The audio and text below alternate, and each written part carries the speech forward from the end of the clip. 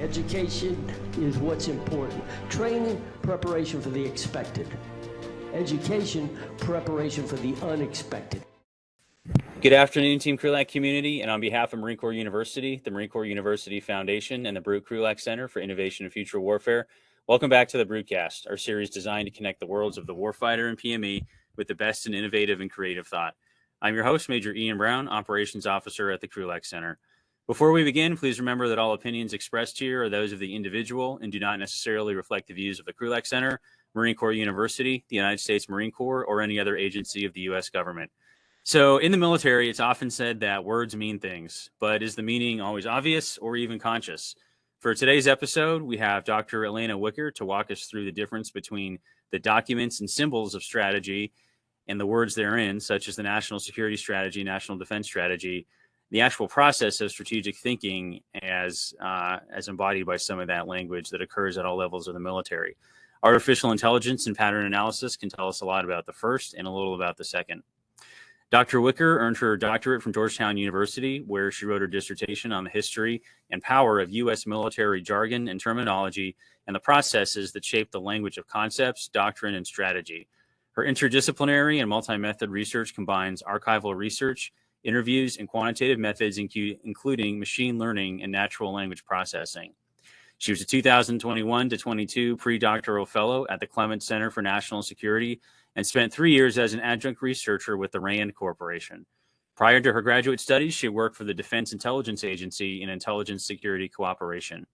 She holds an MA in government from Georgetown University and a BA, magna cum laude, in Near Eastern Studies from Cornell University. So, Dr. Wicker, welcome to the program, and I think congratulations as well, because you just recently defended your dissertation, correct? Yes, yes, just in April. Right. So thank you so much. Yeah. So congratulations, and I hope the shine is still on the term doctor here a few months later. I sincerely appreciate it. Thank you.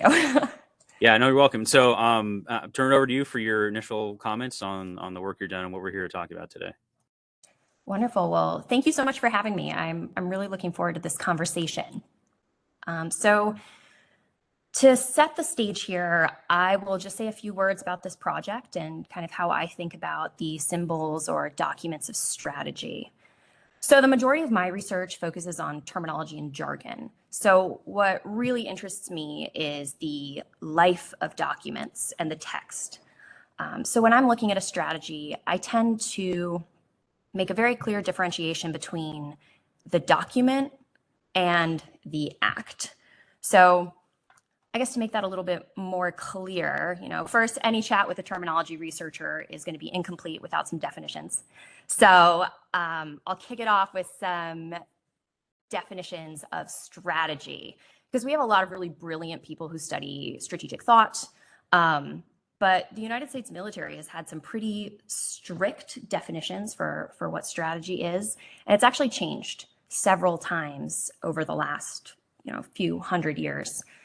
So through the 1800s and early 1900s, most definitions of strategy focus on the science of command. And they call it specifically a science. And also the application of principles of war. So we get our first official Department of Defense definition in 1948. And it's this idea of applying resources to support national policies. But what's really interesting about this definition is that it's in order to increase the probabilities and favorable consequences of victory and to lessen the chances of defeat.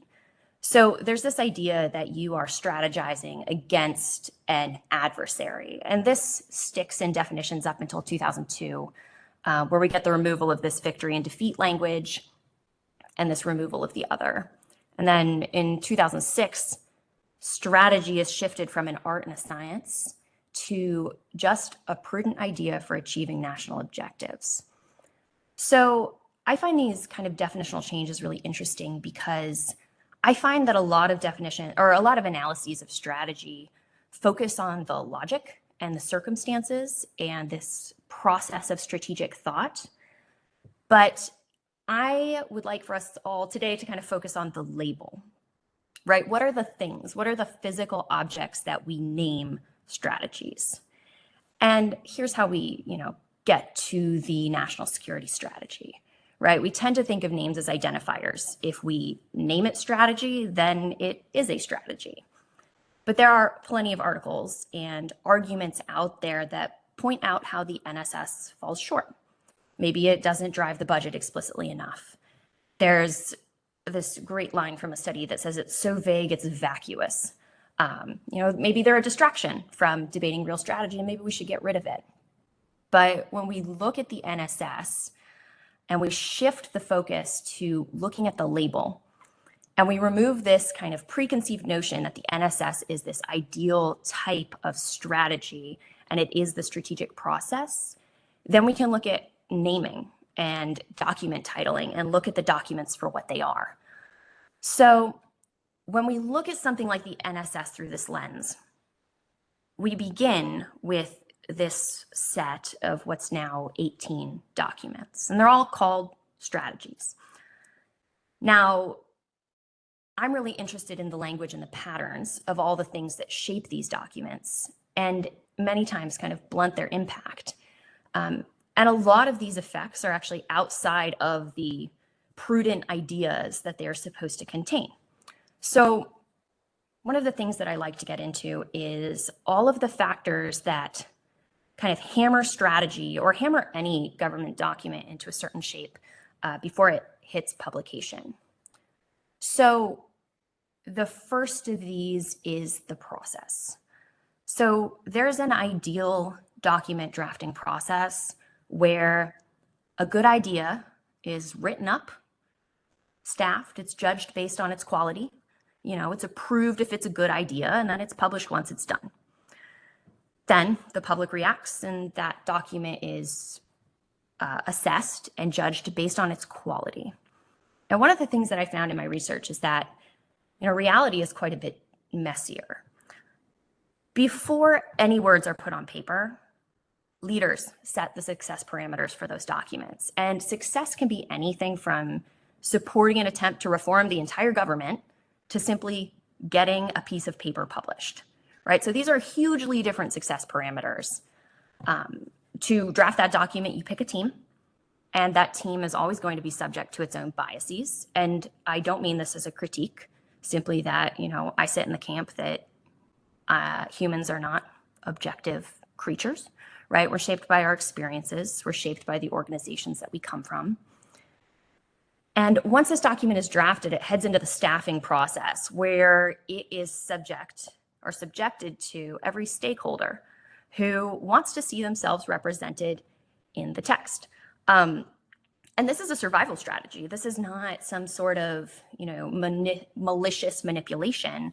This is simply that if you are named in an important strategy document or you are named in the future concept, then you have a great justification for your future funding and for your future manning and for your continued existence.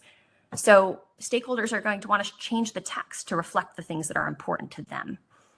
And the most powerful stakeholders can simply kill the documents if they don't see the changes that they want to see. So you have a drafting team shaped by their prior experience. You have a leader who's saying either, this document has to say this one thing, you cannot make any concessions to the stakeholders, or just get the thing published, I don't care what it says, kind of ends of a spectrum. And then it's basically given to all of these stakeholders. And when we see things like Army-wide staffing, that's potentially many people. And then when you get to the end of this process, there are certain events that are kind of the best times to publish documents, right? AUSA. Maybe the document has to be published before a change in command. So there are all of these external factors that are shaping the text of documents. And so you end up with something that is the product of this shaping process. And all of these factors aren't necessarily related to what the document says. They are the bureaucratic process for getting this document through to completion. So we have bureaucratic processes that are shaping things like the NSS, things like doctrine, et cetera. So we can look at, when we take the NSS kind of out of its the focus on its content, we can kind of just look at it as a set, look at it as a genre of writing. We can look at structure. You know, if the NSS were simply judged based on its ideas, or any document really, were simply judged based on its content, then it might be less structurally constrained based on the documents that came before it. But what we tend to see is that documents like the NSS tend to match structurally the prior editions that were published. So for this most recent NSS, there are 17 prior documents that are setting the expectations for what this new NSS is going to look like, or how it's going to present information.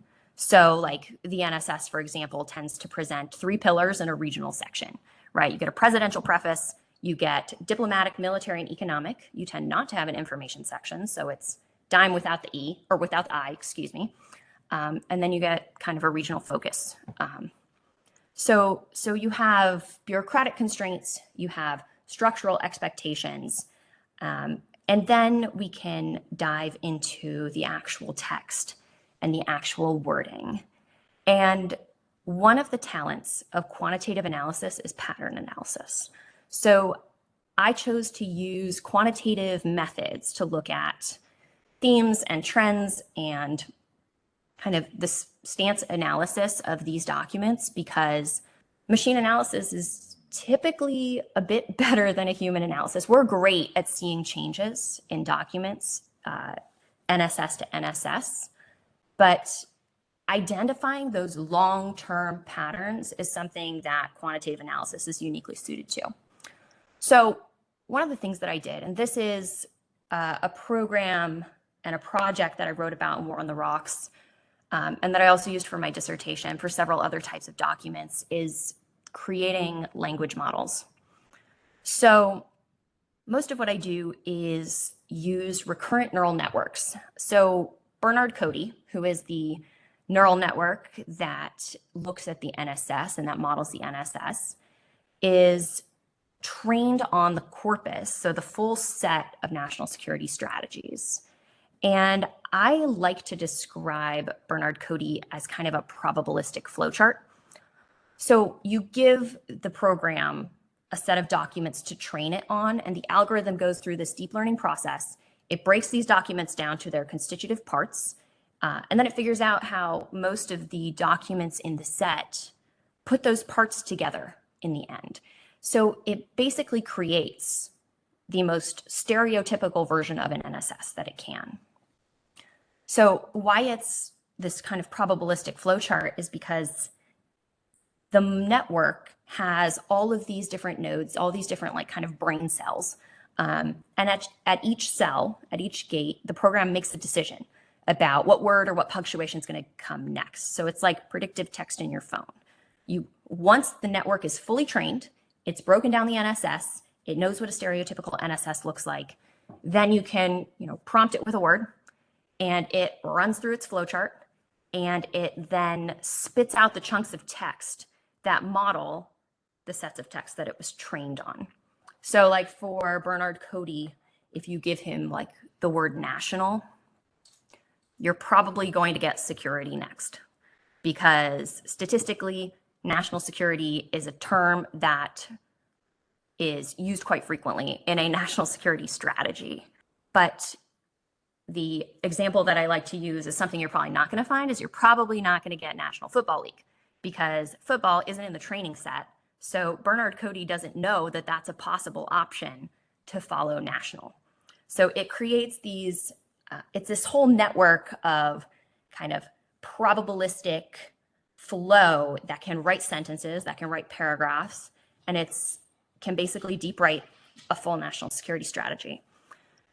So for this project, what I did with all of these networks was prompt them to deep write chunks of strategy, chunks of doctrine, and then do that many times, and then run content analysis on those chunks to figure out what the patterns were that the network was picking up from the text. So one of the things that I always like to mention when talking about something like Bernard Cody, and I will never write an article that does not include this if I'm talking about this project, is the limitations of using quantitative approaches, and especially any kind of approach that falls under that category that people like to call artificial intelligence. Because there's often this idea that you can kind of slap AI on anything and it can solve any problem. But especially for this kind of language model, there are things you have to keep in mind. So the first of these is that, you train AI, or you train these deep learning neural networks on training sets. So any bias or any problem that's in that training set is going to be learned by the network. So for the NSS in particular, we have now 18. 7 of those are written by the Clinton administration. So you're going to have an AI that is totally overdosed on Clinton. But you have ways to deal with this if you know your training set, right? You could include one Clinton strategy in that training set, or kind of adapt the training set to be really representative of the kinds of documents that you're looking for. The next thing that I will just warn about is something called overfitting. So the way that these networks learn, the more often a pattern is seen, the more weight it is given in the outputs. So any outliers, any changes that, especially if they only appear once or twice, are going to end up totally flattened out of that final output, because they are not long-term patterns in the document. And so this is a good second to point out that this is where these quantitative approaches can really complement a human analysis, because, like I said before, we are really good at looking at the changes and identifying, why is the Biden-Harris NSS new and different and unique.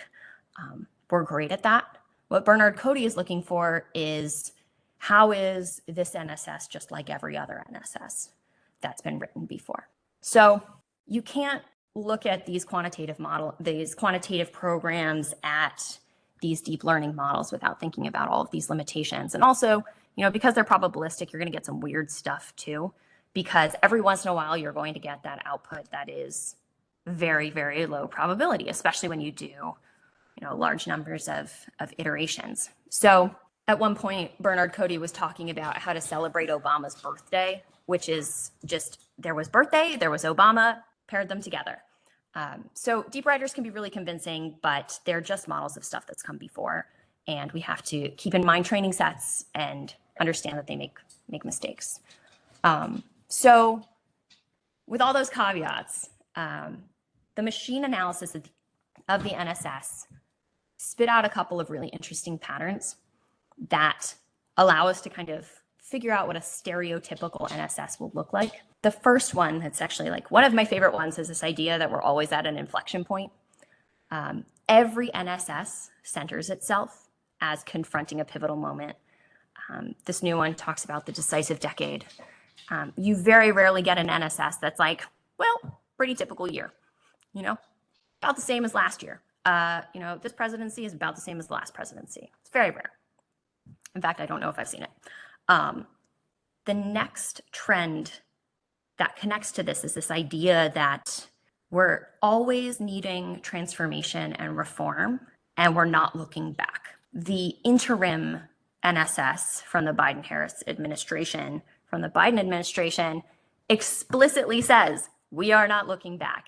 And actually, to the first trend, the opening quote of this new NSS is, we are at an inflection point. So we're at an inflection point. We're not looking back.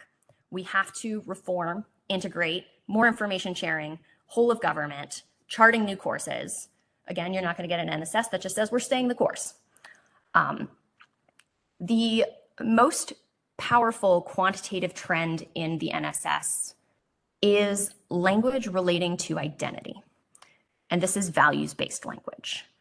So to me, this was really interesting because when I was working with Bernard Cody and putting him together, I read several critiques of the NSS that argued that it was privileging the use of force, that it was privileging military over kind of diplomatic or kind of identity-based arguments. But when we look at the quantitative measures in the NSS, abstract values-based language is the real core of it. It's the most disproportionately present type of language that we see. Democracy, human rights, fairness, equality, these types of words, which ties into kind of this last idea that the NSS is very abstract.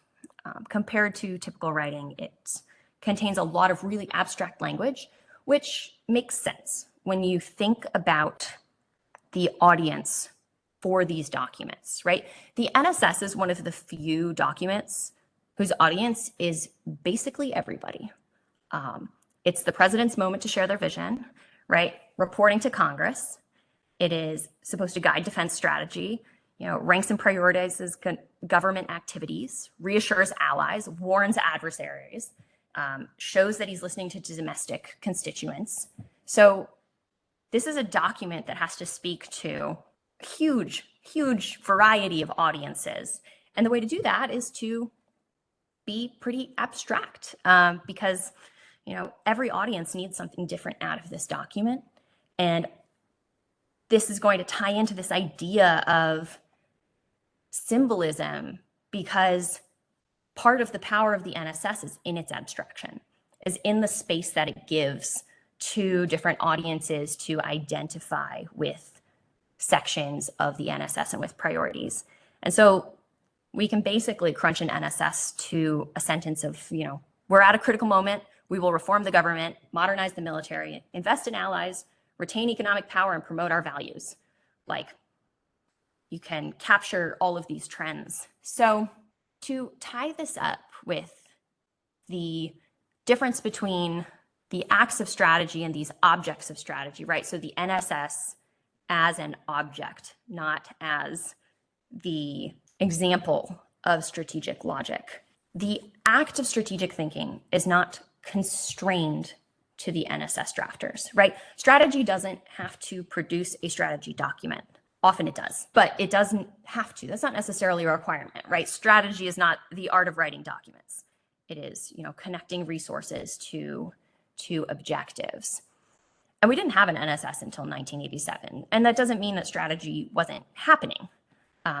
These kind of prudent ideas as strategy is defined today, they happen at all levels. So when we think about the NSS as this kind of symbolic object, it's really quite unique because it is accepted as this kind of symbolic peak of strategic thought, right? But it's quite vague. What's the purpose of an NSS? The NSS is one of the most public ways that civilian strategy is placed above defense strategies, right? The NDS and the NMS can't be published before the NSS, even if they are developed in parallel and maybe even completed before it. So there's this ritual of following the NSS. And, the NSS is also supposed to be a report to Congress. And so it's a symbolic nod to Congress's authority, even though they likely have most of this information already. And it's not necessarily telling them things that they don't already know. So for me, as a document researcher, one of the most important kind of ritualistic symbolic processes that comes from the NSS is the nesting. The NSS is a document that all other documents have to match. It dictates language, even if users don't agree with it, right? In the next few months, I will be watching to see if we get this cascade of relabeling where organizations are going to show how they contribute to integrated deterrence. Integrated deterrence is going to be applied, I would predict, to most capabilities, even though we actually already have 23 types of deterrence already defined, including several that actually overlap pretty neatly with integrated deterrence. So the NSS has the power to create this linguistic frame for everything that follows it, and that is a form of power. So just to kind of wrap it all up, we take for granted often that the NSS is a representation of our ideal type of strategy, right? Strategic thinking, this process, and we focus on the content and the ideas, which I want to make it very clear that I don't think that this is a bad thing at all. It's critical to understand the shifts, but I do think that we have to pair this with an understanding of the NSS as just an object, as a product of process and genre.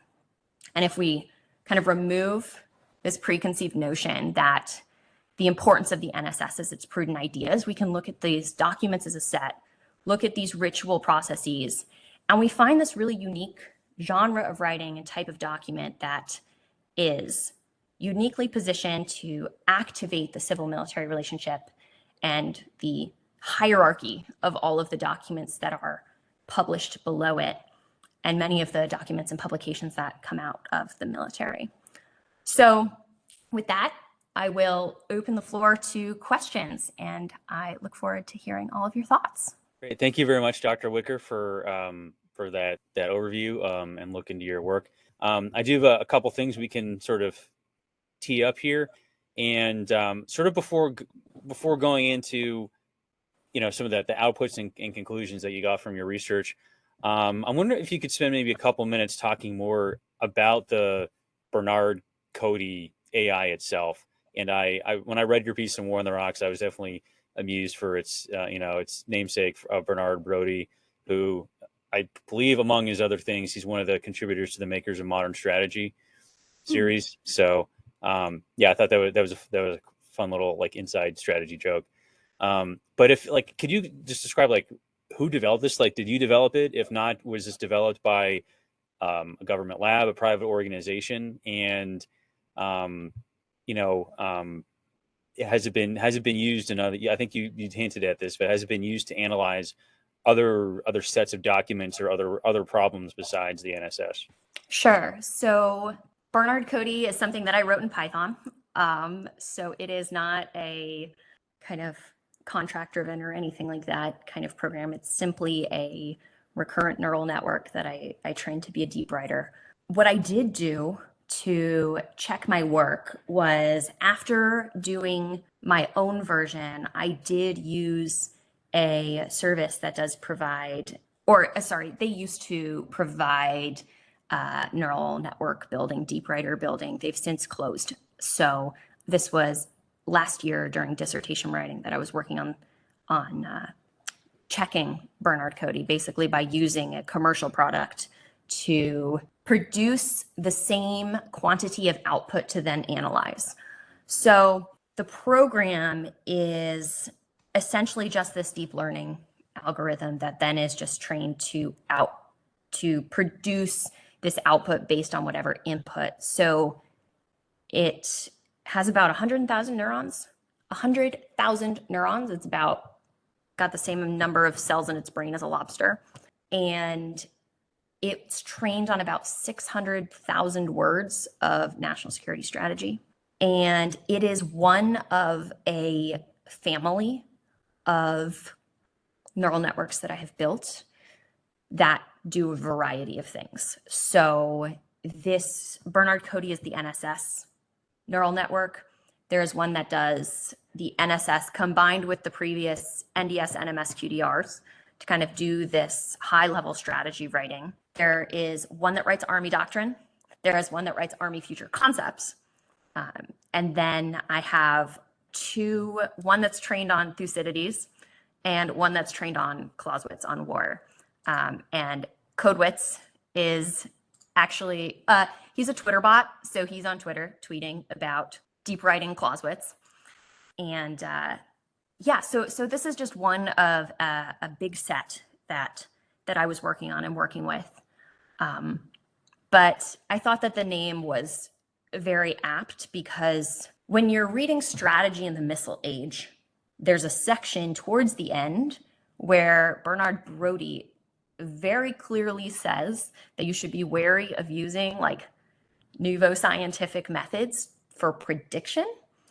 And I think that there's a misconception of deep writers that they are predictive, right? They're predicting the future when really they are identifying patterns in the past and reproducing kind of these stereotypical blocks of text. So the name is a warning to myself to always keep in mind the limitations of these kind of scientific methods, these technological methods, because while they're very useful, they are no replacement for a human. They are a nice complement because I think once you know the patterns are there, it's almost like it's intuitive. You're like, of course it's going to say that we need to reform. but you can actually quantitatively identify, you can quantify these, you can see them, and you can measure them. So Bernard Cody was my effort to complement my own human analysis with something that could identify patterns in a much better way than I ever could. And I will say, back to the warning of keeping in mind its limitations, one of the challenges of working with a neural network like this, especially with deep writers, they make a lot of they make mistakes, right? They talk about Obama's birthday. They get stuck in loops sometimes, right? Like the national security strategy of the United States, national security strategy, United States, right? Like they'll end up in these circles sometimes. And while they can write chunks, they often can't fully write a whole document. So I often had to kind of guide it to give me the kinds of sections that I needed it to write. But yeah, Bernard Cody is just one of a family. It's just a Python. It's just a program that I did check against kind of a commercial version, but. Well, great. And as I had forgotten that you had those other bots, the Thucydides and Clausewitz, until you just reminded me now, and I'm very tempted to go down rabbit holes on those, but I'll try and restrain myself. So I think I'd love to know what what the latest takes bot Clausewitz has been doing on Twitter.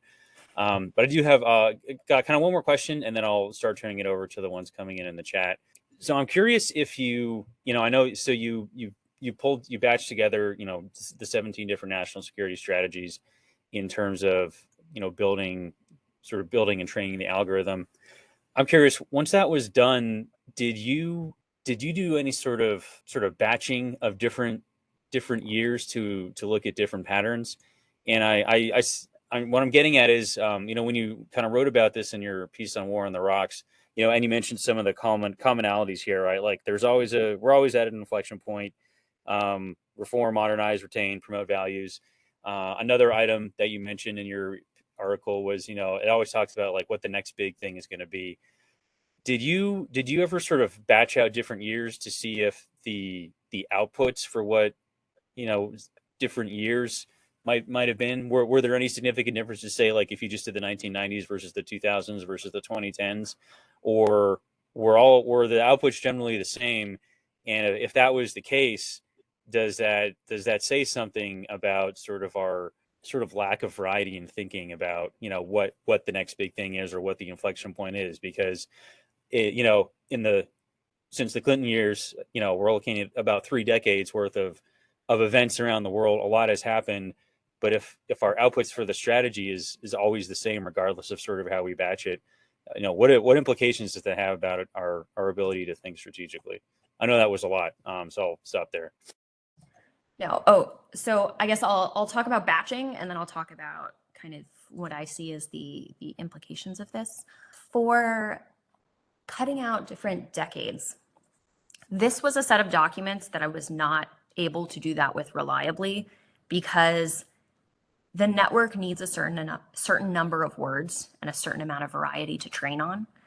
And when you break it out by decades, there wasn't enough text to work with to give me a really reliable idea of those patterns. So I did break it out in a few different ways. The first kind of important thing that I noticed was that we have 2 strategies, 87 and 88, that are structurally quite different from the other strategies. They don't necessarily arrange themselves in that same kind of 3-pillar regional section organization. And also they are overdosed on the Cold War. So those 2 were outliers. And for Bernard Cody in general, I left those in, but I did try removing them and seeing if it changed a lot. What ended up happening was you just didn't get any mentions of the Soviet Union anymore. So it was a pretty reliable output leaving those in. When I tried to break it apart, you don't have enough variety to not just regurgitate the text that's in the strategies if you break it apart by decade. So while I did do the batching, it was not as reliable as the entire set. Now, where I was able to do this really effectively was with doctrine, because doctrine, my dissertation, the second half, looks at how strategy, doctrine, concepts all nest, and kind of how language interacts between all of these different levels and how they feed into each other, where the sticking points are, where do we get official terminology, like what survives and what is killed in the process. So in that analysis, where you have millions of words to work with, you can break it apart and get more reliable outputs. But not for this one, just simply because it's not a big enough set to do that batching or to do that kind of chunking of the training set really effectively. For what this says about our ability to prepare, I think the key idea that came out of my dissertation research was that when we look at these documents, we cannot simply take them at face value, because they are the product of very intense bureaucratic pressures, social pressures, and no idea makes it through staffing unscathed, unless it is an idea that doesn't really matter. Unless it's an idea that's just supposed to be published because it maybe reinforces something that already exists. But the documents that actually propose true changes or aggressive shifts face a lot of resistance within the organization, simply because like pieces of organizations like to survive. They like to keep their funding. They like to continue to exist. And so they'll resist any change that says that maybe they are obsolete now. So I would hesitate to draw conclusions from documents, because documents are the product of these really intense processes, and they have these kind of ritual, symbolic levels of importance that might make them slightly less impactful than something like, say, a budget, which is an argument that is out there, that like we should judge strategy based on budgets, and like budgets have very clear direct impacts, whereas a strategy like the NSS is probably going to have a linguistic impact that we can clearly measure, but perhaps less of a direct impact on organizations than, say, cutting funding or cutting staffing. So as a response to like an external environment, I think we just have to really keep in mind that anything that ends up published as a document is not purely judged or purely published based on its ideas. So we can't take the NSS as a clear measurement of how adaptable or how creative our kind of strategic, like how our strategic thinkers, because it is not going to be 100% the version that they wrote in the first place. So I hesitate to say that this reflects poorly, simply because the NSS has all these symbolic roles that it does have to fulfill. It has to speak to so many audiences, which means it has to be vague. And also it has to get to publication, which means that there are a lot of people who are going to have the chance to change that text. So I think the prognosis is still good, even though there are very clear trends. Just simply that we should keep in mind that we have to separate the act and the document, because the document is going to be shaped and battered and hammered into a different shape through all these processes, while the thought and the process of the logic of facing a new external threat or something like that is going to be more quickly. That thought process is not necessarily going to face all of those same external pressures or kind of publication nightmares as a document is going to. Well, actually, so that last thought there, at least what I caught, was between the process in the document and the versus the actual creative thought, goes pretty well to first question here in the chat, which is from Olivia Gerard, and asking, how do you balance the value of the reification of strategy in documents versus the practice or the action itself? So I think my first question would be like, value to whom? Because the reification of strategy in documents, so this kind of concretization of genre in the NSS is very useful for this symbolic and ritualistic interaction between the NSS, NDS, NMS, and formerly QDR. So it's very useful to that process that is basically we are enacting the power of civilian strategy over military strategy.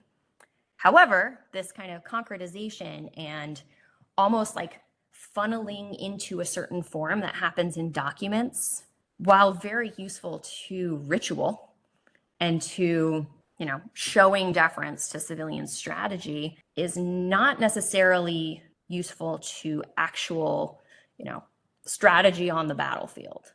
So that kind of strategic thought is going to be a bit more almost like insular to the group that needs that strategy.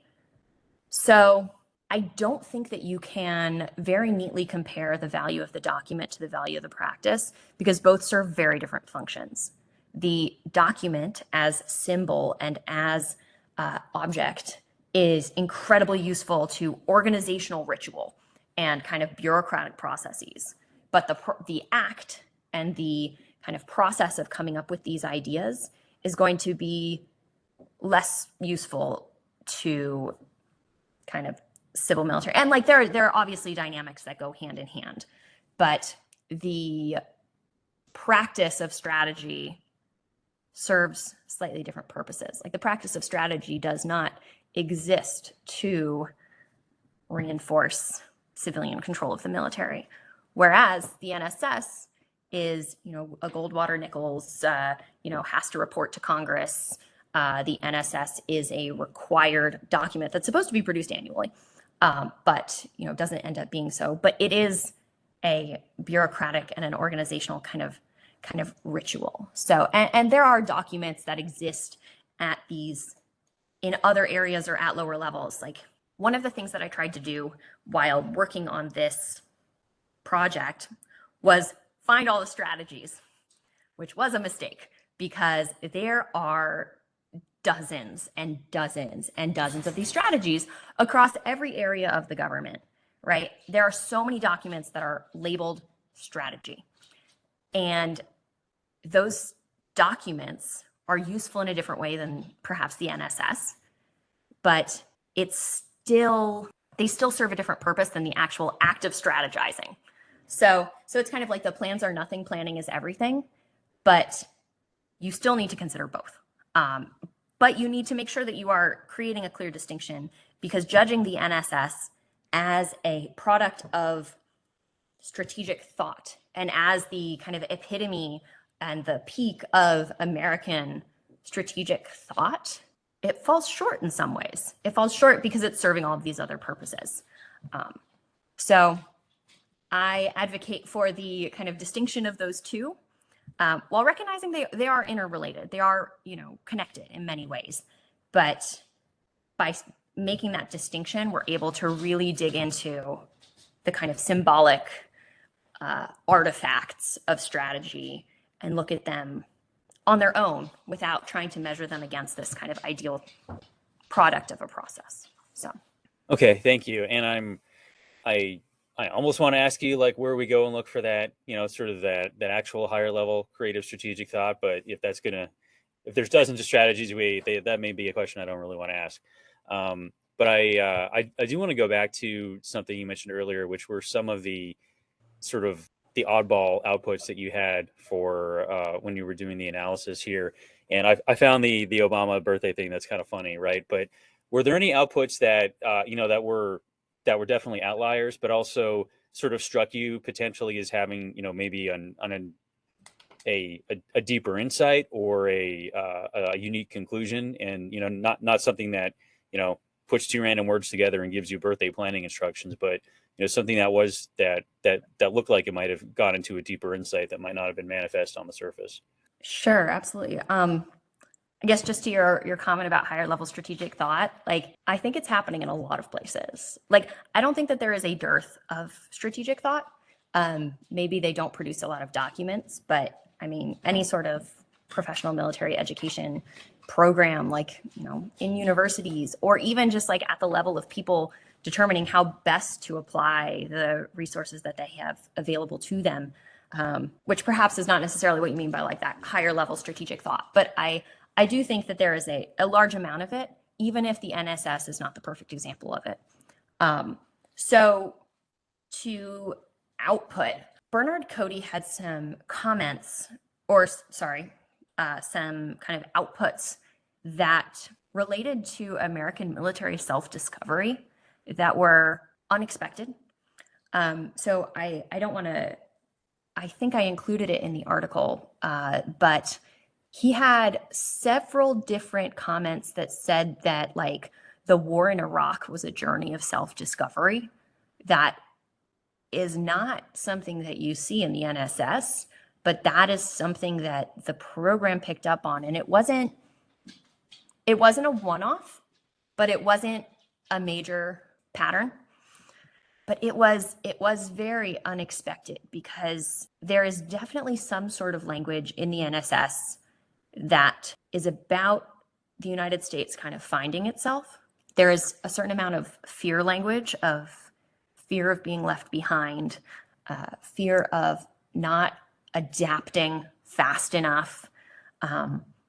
But the program picked up on some sort of pattern that was talking about how the United States kind of engages in activities in these kind of, in the kind of global environment in a way that allows it to learn more about itself, which was not a pattern that I expected.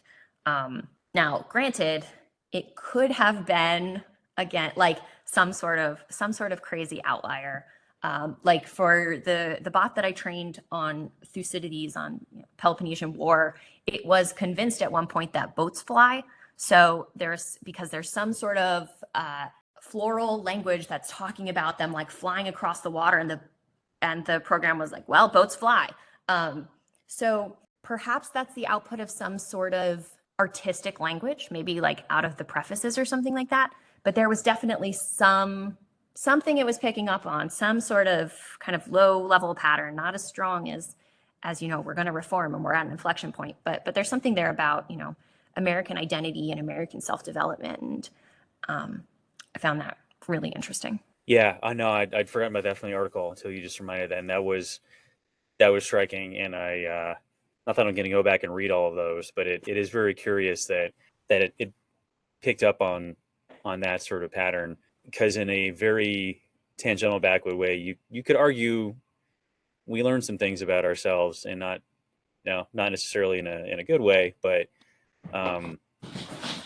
yeah, I guess learning in the sense that we found things that we did not know at the outset and had to pick up along the way. Yeah. Okay. So I put out a last call for questions. Don't have anything else here in the chat, and we are coming up on an hour. So I'm happy to, if you have any final comments or thoughts you'd like to share before we close out here, go ahead.